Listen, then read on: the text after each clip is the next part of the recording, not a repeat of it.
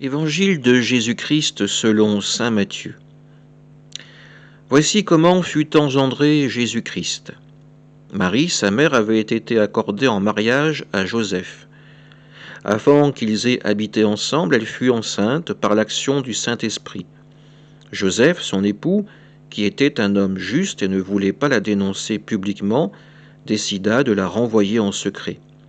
Comme il avait formé ce projet, voici que l'ange du Seigneur lui apparut en songe et lui dit : « Joseph, fils de David, ne crains pas de prendre chez toi Marie ton épouse, puisque l'enfant qui est engendré en elle vient de l'Esprit Saint.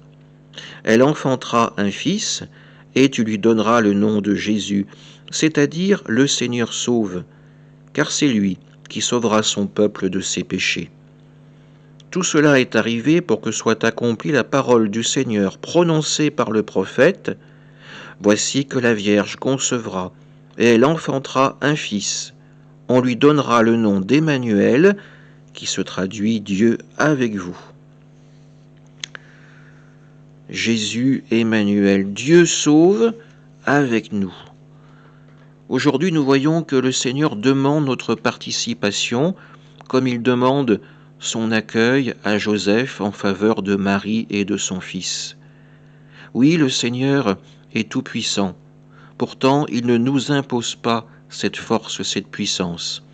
Il nous propose au contraire de travailler avec nous pour notre salut, que nous soyons participants du salut que le Seigneur nous offre.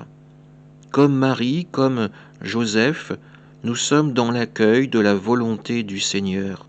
Non pas une volonté qui vient pour nous écraser, mais une volonté qui, si elle est véritablement accueillie, peut permettre à la vie d'éclore, de se manifester et d'être victorieuse de la mort.